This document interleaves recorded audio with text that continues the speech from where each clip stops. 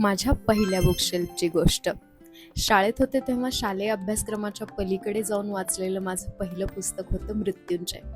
खरं तर अशी वेगळी पुस्तकं वाचायची आवड माझ्या आईकडून माझ्याकडे आली.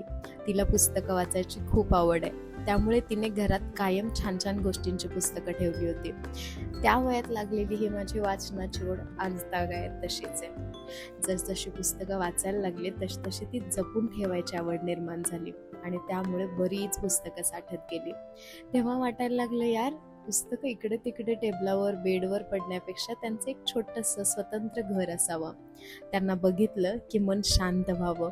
आणि आज इतक्या वर्षांनी फायनली त्यांचं घर बनतंय.